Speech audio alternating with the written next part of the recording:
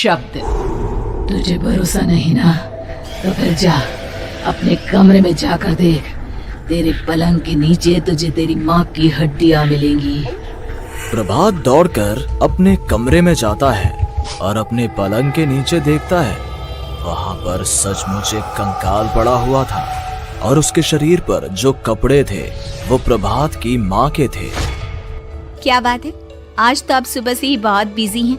ऐसा क्या लिख रहे हैं? बस एक फैमिली की कहानी लिख रहा था। जैसे हमारी फैमिली है ना, तुम, माँ और मैं, लेकिन थोड़े अलग तरीके से, क्योंकि ये कहानी हॉरर है और इसमें जो आदमी है ना, मैंने उसकी बीवी को मार दिया है। मतलब कहानी में ऐसा लिखा है। और जानती हो, उसके बाद जो बीवी है ना, वो एक बुरी आत्मा बन जाती है। क्या बेटा, इस तरह की डरावनी कहानियाँ क्यों लिखता है तू? जानता है ना, हम जो सोचते हैं, जो लिखते हैं, हमारा दिमाग पूरा दिन वैसा ही होता रहता है। माँ, परेशान होने वाली क्या बात है? राइटर हूँ मैं, मेरा तो काम है कहानियाँ लिखना। और वैसे भी ये सिर्फ एक कहानी है माँ, कोई सच नहीं है। उसके बाद कुछ दिन बीत जाते हैं। एक रात प्रभात को अपने ऑफिस से लौटने में देरी हो जाती है। रात के लगभग 12 बजे हुए थे। प्रभात जैसे ही अपने घर पहुंचता है, उसने देखा कि उसकी पत्नी दुर्गा डाइनिंग टेबल पर उसका इंतजार कर रही है। आ गए आप? कब से आपका इंतजार कर रही थी। देखिए ना, खाना भी ठंडा हो गया है। अरे दुर्गा, आज तुमने अपने इतने लंबे लंबे बालों को खोलकर क्यों रखा है? तुम तो हमेशा अपने बाल बांध कर रखती हो। वो क्या है ना प्रभात, जब इंसान अपनी जिंदगी से मुक्त हो जाता है ना, तो उसे दूसरे सारे बंधन खोल देने चाहिए। इसलिए मैंने अपने बालों के बंधन भी खोल दिए। ये तुम किस तरह की बातें कर रही हो? तुम ठीक तो हो?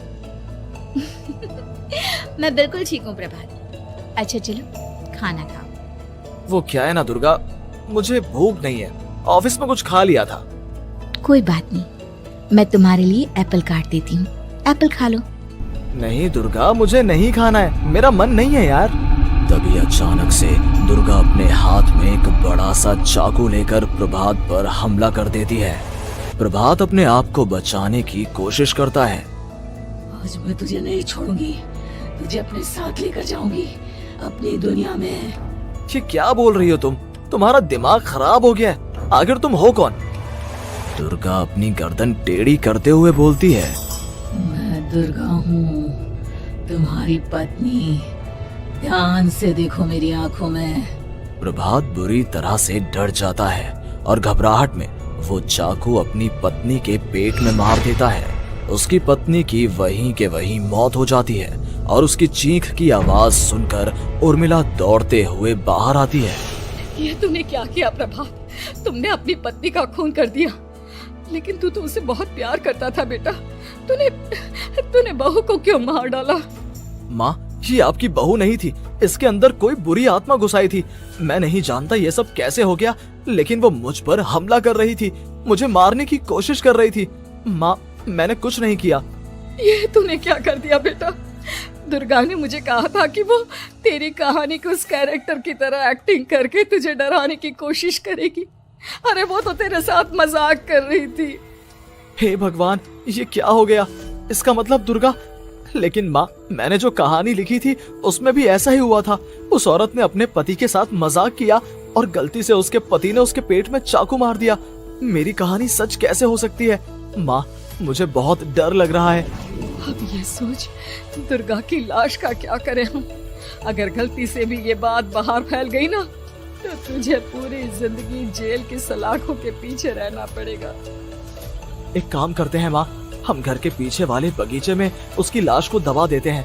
अगर कोई पूछेगा तो कह देंगे कि उर्मिला अपने मायके गई और फिर एक दिन हम भी अचानक यहाँ से कहीं दूर चले जाएंगे। कोई नहीं आएगा हमें पूछने, कोई नहीं आएगा माँ, बाद में जो होगा हम देख लेंगे। प्रभात अपनी माँ उर्मिला की मदद से दुर्गा की लाश को अपने घर के बगीचे में गाड़ देता है। कुछ दिन तो ऐसे ही बीत जाते हैं, लेकिन एक दिन अचानक रसोई से आ रही कुछ आवाजें सुनकर प्रभात की नींद खुलती है। प्रभात ने देखा कि वहां पर एक लंबे बालों वाली औरत दूसरी तरफ चेहरा करके खड़ी हुई थी। कौन है? कौन है वहां पर? अरे कौन हो तुम? मैं दुर्गा हूँ प्रभात। क्या हुआ? मुझसे इस तरह के सवाल क्यों कर रहे हो तुम? तुम दुर्गा नहीं हो सकती। दुर्गा तो प्रभात, मैं तुम्हारी पत्नी हूँ, तुम मुझे कैसे भूल सकते हो? 4 दिन के लिए मायके क्या चली गई, तुम तो मुझे भूल ही गए।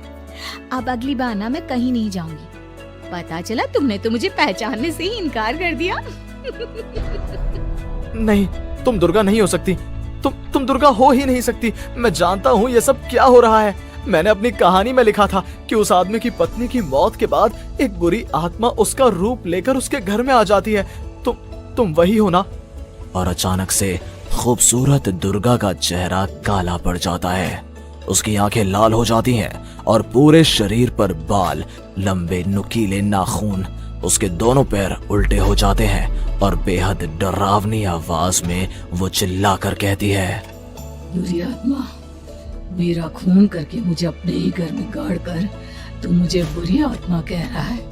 मैं तुझे छोड़ूंगी नहीं। और अचानक से प्रभात के घर में बेहद डरावनी आवाजें गूंजने लगती हैं। घर में चारों तरफ बहुत सारी बुरी आत्माएं नजर आने लगती हैं। प्रभात घबरा कर अपनी माँ को आवाज देता है, माँ कहाँ है आप? जल्दी आइए माँ, देखिए ना ये सब क्या हो रहा है। प्रभात ने देखा कि अचानक से उसकी माँ कमरे से दौड़ कर आती है। क्या हुआ प्रभात? और ये लोग कौन है? इन सब की गर्दन टेढ़ी क्यों है? इनके बाल खुले हुए। हाँ प्रभात, ये सब लोग तो मुझे मरे हुए नजर आ रहे हैं। हाँ माँ, ये सब लोग मरे हुए ही हैं और ये ठीक वैसा ही हो रहा है जैसा मेरी कहानी में हुआ था। लेकिन मेरी कहानी के हिसाब से तो आप भी। अचानक से उर्मिला का रूप बदल जाता है। वो भी एक डरावने साए की तरह बन जाती है और बेहद डरावनी आवाज में चिल्ला चिल्ला कर कहती है, मर गई तेरी माँ। जानता है, कल रात जब तू सो रहा था ना, तो मैंने उसके शरीर का सारा खून पी लिया। अब बस हड्डियां बची है उसके शरीर में। नहीं, ऐसा नहीं हो सकता, ऐसा बिल्कुल नहीं हो सकता। मेरी माँ नहीं मर सकती। तुझे भरोसा नहीं ना, तो फिर जा अपने कमरे में जाकर देख।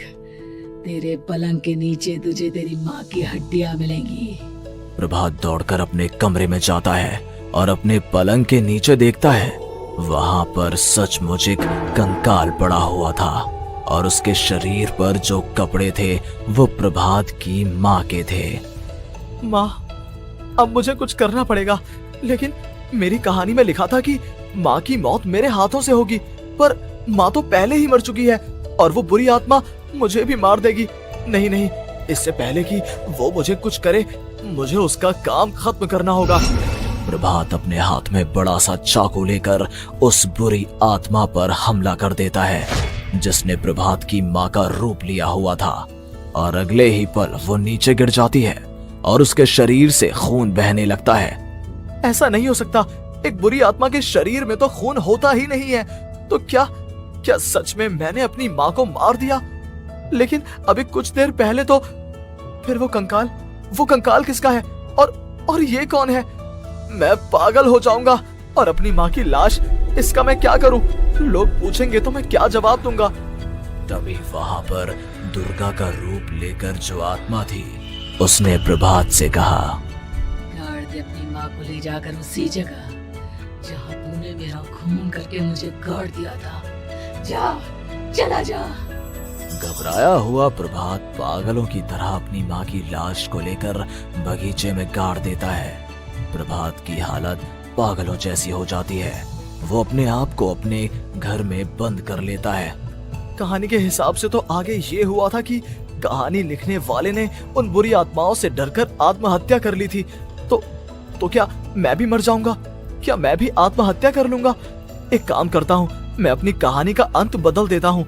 हाँ, ये मैंने पहले क्यों नहीं सोचा। मैं लिख दूंगा कि कहानी को लिखने वाला आत्महत्या नहीं करता, बल्कि कहीं दूर जाकर नए सिरे से अपनी जिंदगी शुरू करता है। यही सोचकर प्रभात ने अपनी लिखी हुई कहानी को बाहर निकाला और उसे पढ़ना शुरू किया। ये देखकर वो हैरान रह गया कि कहानी का क्लाइमैक्स तो किसी ने पहले ही बदल दिया था। ये क्या? इसमें तो लिखा हुआ है कि आखिर में उस लेखक की पत्नी और माँ दोनों बगीचे में जिंदा दफन थे। बुरी आत्माओं ने उनको कैद करके रखा था और वो लेखक अपनी माँ और पत्नी दोनों को जिंदा बाहर निकाल लेता है। लेकिन ये सब लिख किसने दिया? प्रभात दौड़कर बगीचे में जाता है और वहां पर खुदाई करना शुरू कर देता है। प्रभात देखता है कि वहां पर लकड़ी के 2 बड़े संदूक हैं और उनके अंदर से आवाजें आ रही हैं। प्रभात बचा लो मुझे, अगर थोड़ी देर और हो गई तो वो मुझे छोड़ेगी नहीं। बेटा देखो, मैं इस बक्से के अंदर बंद हूँ, प्लीज मुझे बाहर निकालो, वो बुरी आत्मा किसी भी वक्त मुझे मार डालेगी। प्रभात वो दोनों बक्से बाहर निकालता है और अपनी पत्नी और माँ दोनों को आजाद करवा लेता है। लेकिन तभी वहां पर अचानक से एक बेहद डरावनी और खौफनाक दिखने वाली औरत आ जाती है। मुझे क्या लगा था इतनी आसानी से अपनी पत्नी और माँ को बचा लेगा? बस 5 मिनट और उसके बाद अमावस का चांद आसमान में आने ही वाला है। लेकिन तुमने इन दोनों को बाहर निकाल लिया, अब तुझे मरना होगा। नहीं, मैं जानता हूँ मैं नहीं मरूंगा, और अब आगे क्या करना है ये भी मुझे पता है। प्रभात ये बहुत खतरनाक है, हमें मार डालेगी प्रभात, चलो यहाँ से। नहीं दुर्गा, अब मुझे अच्छी तरह से पता चल चुका है कि इस बुरी आत्मा से हम कैसे पीछा छुड़वा सकते हैं। और इतना कहकर प्रभात अपने हाथ में पकड़ी हुई सिंदूर की थैली उस बुरी आत्मा के ऊपर उछाल देता है। कुछ ही देर में वो जमीन पर गिरकर राख में बदल जाती है। ये सब क्या हो रहा था बेटा? ये सब तुम्हारी लिखी हुई इस कहानी की वजह से हुआ है ना? नहीं माँ, पहले मुझे भी ऐसा ही लगा, लेकिन बाद में पता चला कि बरसों पहले हमारे इस बगीचे की जमीन के अंदर किसी को जिंदा गाड़ दिया गया था और बस उसी औरत की आत्मा हमें परेशान कर रही थी। उसी ने मेरे शब्दों में जान डालकर उस कहानी को जिंदा कर दिया था। मुझे माफ कर दो प्रभात, मैंने आपकी कहानी के साथ छेड़छाड़ की थी और उसे बदल दिया था। माफी मांगने की जरूरत नहीं है दुर्गा, तुम्हारे उस बदलाव की वजह से ही आज हम सब जिंदा हैं, क्योंकि आखिर में कहानी में वो हुआ जो तुमने लिखा था।